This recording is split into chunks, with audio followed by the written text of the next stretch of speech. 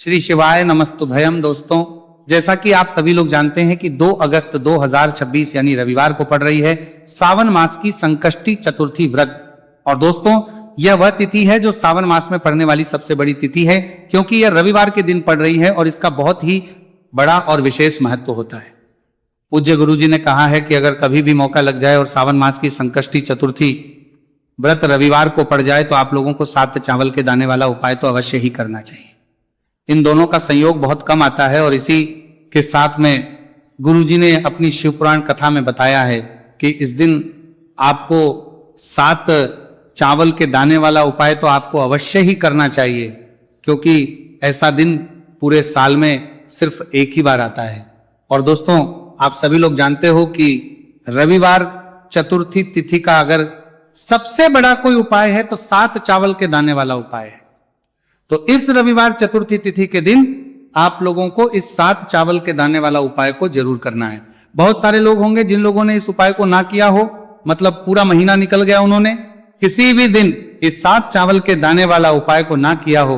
पर दोस्तों, आपके पास एक आखिरी मौका बचा हुआ है जो कि 2 अगस्त के दिन है। तो इस दिन आप लोगों को इस वाले उपाय को जरूर कर लेना है। भले ही आपने पूरे महीने भर इस उपाय को ना किया हो, पर अगर आपने इस सावन मास के रविवार चतुर्थी तिथि के दिन अगर इस वाले उपाय को कर लिया तो आपको इस उपाय को करने का वह फल मिलेगा जिसकी आपने कभी कल्पना भी नहीं करी होगी। इसीलिए आप लोग इस वाले उपाय को एक बार जरूर कर लेना है, ताकि आप लोगों के हाथ से यह मौका ना जा सके और आपको इस उपाय को करने का फल मिल सके। दोस्तों, यह उपाय पंडित जी ने अपनी अभी की ही श्री शिव महापुराण की कथा में बताया है, जिस उपाय को आज हम आपको बहुत अच्छे से समझाने वाले हैं। इस वीडियो को देखने के बाद इस उपाय को के लिए आपको कोई और वीडियो को देखने की जरूरत नहीं पड़ेगी। तो चलिए दोस्तों, उपाय को शुरू करते हैं। देखिए, यह इस सावन मास के रविवार चतुर्थी तिथि के दिन यह इतना खास होता है, इतना महत्वपूर्ण होता है। देखा गया है कभी कभी बड़े बड़े पूजा पाठ अनुष्ठान से जो मनोकामना पूर्ण नहीं होते, वह सावन मास के रविवार चतुर्थी तिथि के दिन एक छोटे से उपाय करने से ही आपकी मनोकामना हो जाती है। और बहुत सारे लोगों ने इस उपाय को किया भी है और उनको इस उपाय को करने का फल भी जरूर मिला है। अगर आप लोग भी इस उपाय को करना चाहते हैं तो आप इस उपाय को पहले अच्छे से समझ लेना, सुन लेना, उसके बाद करना। आपको इस उपाय का फल जरूर मिलेगा। और इस उपाय को कर लेने से आपके घर में चाहे किसी भी प्रकार की दुहक और समस्या क्यों ना चल रही हो, आपको उसका कारण भी नहीं पता है कि भाई यह समस्या किस कारण से चल रही है। कुछ भी कारण हो सकता है, जैसे पितृदोष हो सकता है या किसी भी तरह का मंगल दोष भी हो सकता है। तो इस दिन आप लोगों को यह वाला उपाय कर लेना है। यह एक ऐसा उपाय है जिस उपाय को अगर किसी विशेष दिन पर किया जाए तो भाई उस विशेष दिन का जो है वह तो हमें मिलता ही मिलता है, पर हमने उस दिन पर इस उपाय को किया है तो हमें उससे भी बड़ा फल मिलता है और फल बहुत जल्दी मिलता है, क्योंकि आप इस उपाय को बहुत ही बड़े और विशेष दिन पर कर रहे हो। तो अब उपाय के बारे में बात करते हैं, लेकिन उससे पहले आप लोगों को यह जानना आवश्यक है कि आखिर ये उपाय किस समय करना है, किसको करना है और कैसे करना है। तो चलिए हम आगे आपको वीडियो में एक एक करके बता देते हैं। लेकिन उससे पहले अगर आप लोग हमारे चैनल पर पहली बार आए हैं या फिर मेरी आवाज आज पहली बार सुन रहे हैं तो हमारे चैनल को सब्सक्राइब जरूर कर लेना और इस वीडियो को लाइक करके कमेंट बॉक्स में श्री शिवाय नमस्तु भयम ओम नमः शिवाय जरूर टाइप कर दें। तो दोस्तों, इस 7 चावल के दाने वाला उपाय को हमें इस रविवार चतुर्थी तिथि के दिन कैसे करना है, किसको करना है, किस समय करना है और कहां पर करना है, ये सारे सवालों के जवाब आपको इस वीडियो में मिल जाएंगे। और जो ये वीडियो देखेगा भाई उसको 7 चावल के दाने वाला उपाय जरूर करना चाहिए, क्योंकि इस दिन एक चावल के दाने का भी बहुत ही बड़ा और विशेष महत्व होता है। और जब बात आ जाए 7 चावल के दाने वाला उपाय की, तो यह सोने पर सुहागा वाली बात हो जाती है और यह एक बहुत ही बड़ा उपाय हो जाता है इस रविवार चतुर्थी तिथि का। तो अब दोस्तों, इस 7 चावल के दाने वाला उपाय को आखिर करना किसको है, सबसे पहले हम लोग वो बात जान लेते हैं। तो देखो, घर की जो बड़ी माताएं बहनें होती हैं, उन माताओं बहनों में से कोई भी एक बड़ी माता बहन इस वाले उपाय को कर सकती है। और दोस्तों, अगर आप चाहें तो अपने घर में से सभी सदस्यों को भी इस उपाय को करवा सकते हैं। अगर किसी व्यक्ति की खुद की कोई मनोकामना है, खुद की कोई दुख और परेशानी है जो कि वो अपने लिए ही करना चाहता है इस वाले उपाय को, तो वो खुद अपने लिए भी कर सकता है। बाकी अगर कोई घर में से ऐसा है जो कि अपने पूरे घर परिवार की सुख और शांति के लिए ये वाला उपाय करना चाहता है, तो भाई वो भी कर सकता है, उसमें भी कोई दिक्कत वाली बात नहीं है। कहने का मतलब यह है कि इस उपाय को हर एक सदस्य भी कर सकता है और पूरे घर परिवार के लिए घर की बड़ी माताओं बहनों में से कोई एक माता बहन भी कर सकती है। माताएं बहनें अगर घर में उपस्थित ना हो या वह ये वाला उपाय ना कर पा रही हो तो फिर घर का कोई बड़ा सदस्य भी 7 चावल के दाने वाला उपाय को कर सकता है, चाहे फिर वह पुरुष ही क्यों ना हो, उसमें कोई भी दिक्कत वाली बात नहीं है। अब दोस्तों जो अगला प्रश्न निकल कर आता है वो यह आता है इस उपाय को लेकर कि आखिर इस उपाय को हमें किस समय करना है, सुबह के समय करना है कि शाम के समय करना है। तो देखो इस वाले उपाय को आप लोग सुबह के समय भी कर सकते हो और शाम के समय प्रदोष काल में भी कर सकते हो।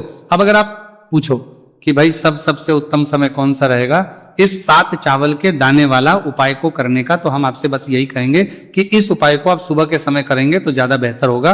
बाकी अगर प्रदोष काल शाम के समय भी करेंगे तो भी अच्छा होगा, उसमें कोई भी दिक्कत बात नहीं है।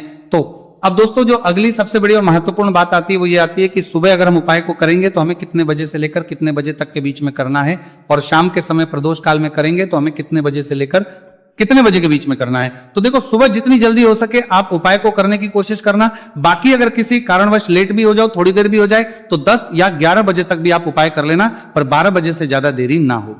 ठीक है, इस बात का ध्यान रखना।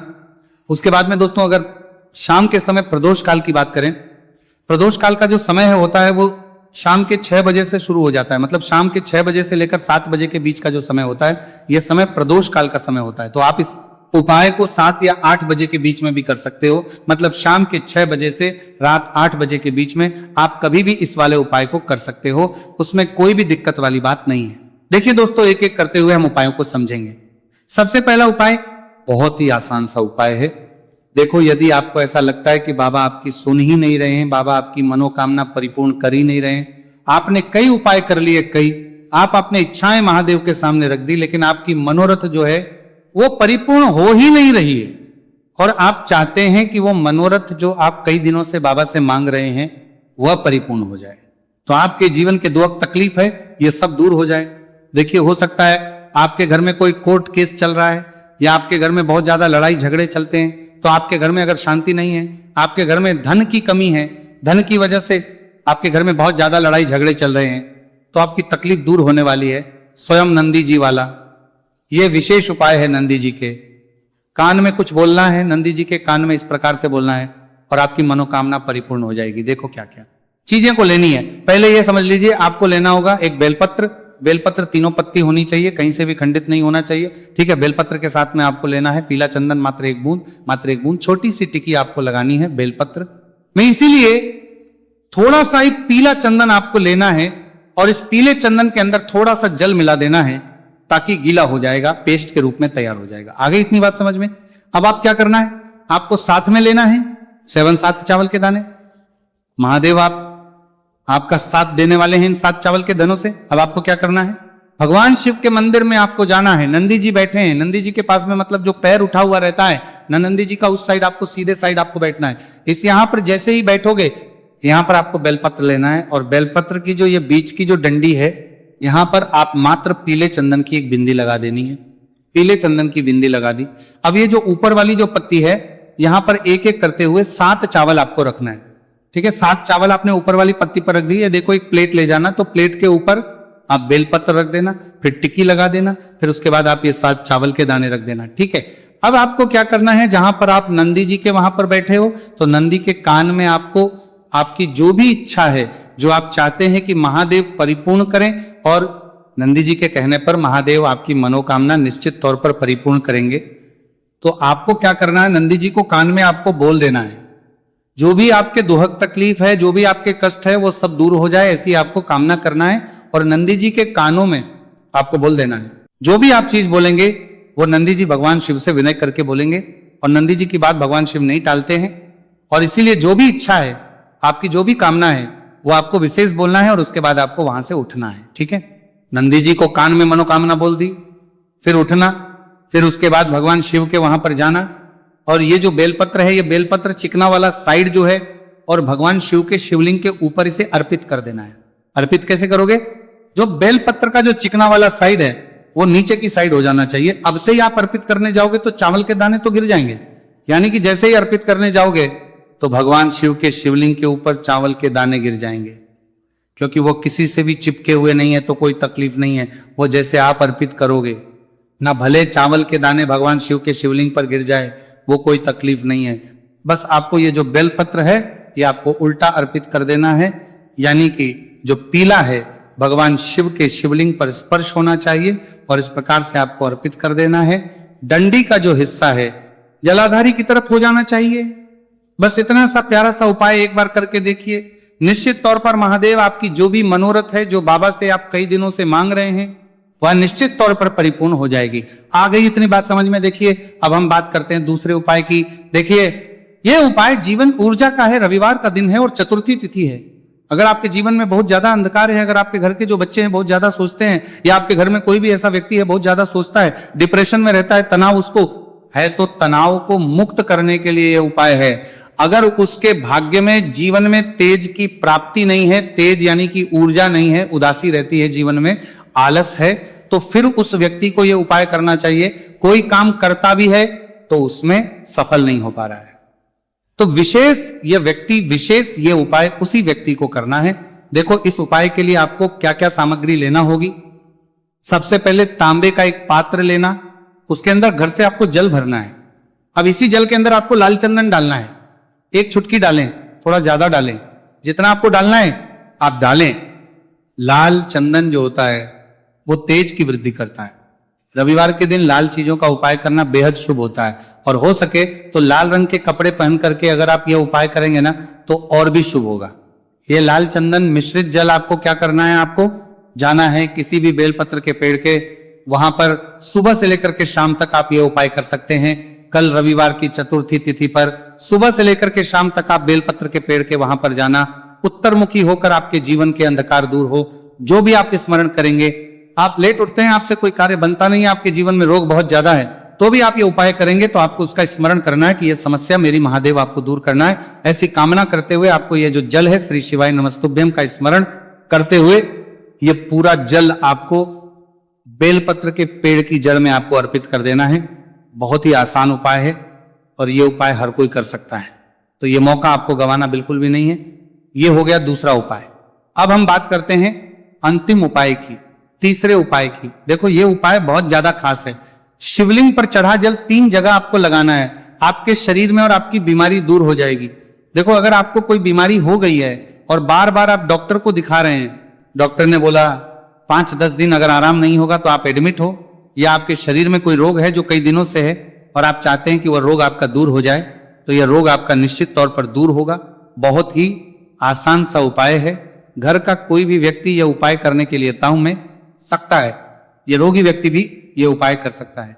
मात्र तांबे के पात्र के अंदर 1 लोटा जल लेना है और आपको आज के दिन यानी कि रविवार की चतुर्थी तिथि के दिन आपको जाना है भगवान शिव के मंदिर में। और अब आपको क्या करना, इस उपाय को समझना। 1 लोटा जल है, अब आपको भगवान शिव के शिवलिंग पर सबसे पहले गणेश जी के स्थान पर, कार्तिकेय जी के स्थान पर, मां माता अशोक सुंदरी वाले स्थान पर, पार्वती माता के हस्तकमल पर, फिर भगवान शिव के शिवलिंग पर आपको अर्पित कर देना है। जैसे ही जल जलाधारी के वहां पर आएगा ना, वो जल आपको झेल लेना है। ठीक है, जल झेल लिया आपने। अब आपको क्या करना है, महादेव से प्रार्थना करना है कि ये बीमारी दूर करने के लिए मैं मेरे घर पर लेकर के जा रहा हूं इस व्यक्ति को। ये व्यक्ति जो है ये बीमार है, इसकी जो परेशानी है ये आपको दूर करनी है। ऐसी कामना करते हुए आपको घर पर लेकर के आ जाना है। जो भी व्यक्ति बीमार है वो खुद स्वयं उस जल को छुए और उसे 3 जगह लगाना है। एक सबसे पहला नाभि पर लगाना है, शिवलिंग पर जड़ जल। फिर दूसरा जो है मस्तक सिर पर, जहां पर हम तिलक करते हैं ना बीचों बीच में, यहां पर आपको जल लगाना है। और तीसरा जो है सिर पर आपको जल लगाना है। देखो यहां पर एक चीज समझना, जब नाभि पर आप मणिपुर चक्र में आप जल लगाएंगे, थोड़ा सा जल वहां पर लगाना, फिर उसके बाद जब दूसरा अज्ञात चक्र में आप जब जल लगाओगे ना तो 3 त्रिपुर्ण में दूर होना शुरू हो जाएगी। ये उपाय आप रविवार के दिन कर रहे हो ना, ज्यादा जल लेकर के आना ताकि आप सोमवार, मंगलवार, बुधवार, गुरुवार, शुक्रवार तक आप ये जल का कर सको। ठीक है, लगातार 5 दिन आपको लगाना है। आपके शरीर में निश्चित तौर पर आराम आपको मिलेगा। तो दोस्तों